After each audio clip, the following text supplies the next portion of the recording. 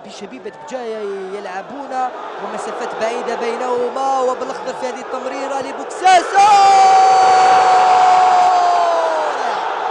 رائعة في منتهى الروعة والعمل الفردي الرائع من بالاخضر. هدف في منتهى الروعة من كويدر بوكساسا.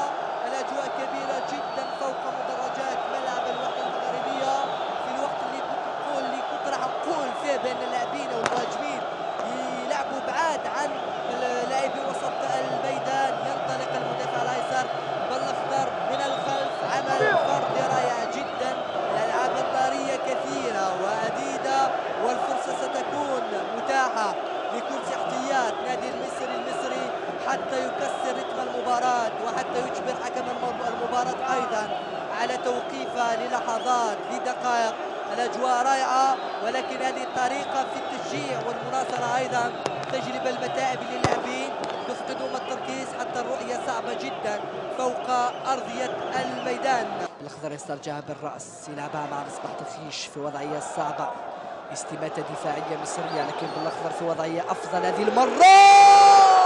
ضيع ممتازة التوزيعة من بالاخضر صاحب تمريرة الهدف الأول، وإلى منه لبوكساس. الآن ثلاث مهاجمين أمام أربع مدافعين، يتوغل يمر رائع، العودة إلى الخط، تسديدة قوية، ضايع هذه الكرة. أحمد شديد قناوي، حذاري حذاري حذاري من هذه الكرات. إبراهيم زافور،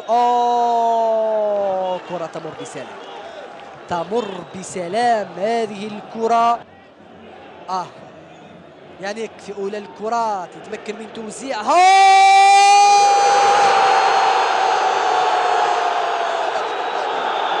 الهدف الثاني من بولو دايس، يعني المهاجم الكاميروني في أولى الكرات يوزع ويقدم كرة على طبق للمهاجم بولو دايس. أجواء كبيرة رهيبة في مدرجات ملعب الوحدة المغربية، والتوزيعة كانت مليمترية ذكية. الكلام الذي قلناه عن المهاجم جون دياليك كان في محله. أول كرة وأول تمريرة وثاني الهدف لشبيبة البجاوية. الآن سنعيش 10 دقائق برتم آخر في أجواء أخرى في برتم آخر إن شاء الله. نحافظ على التركيز، يجب أن نحافظ على المكسب وحذر من الأخطاء. ونهاية المباراة في هذه اللحظات، نهاية المباراة يا سلام.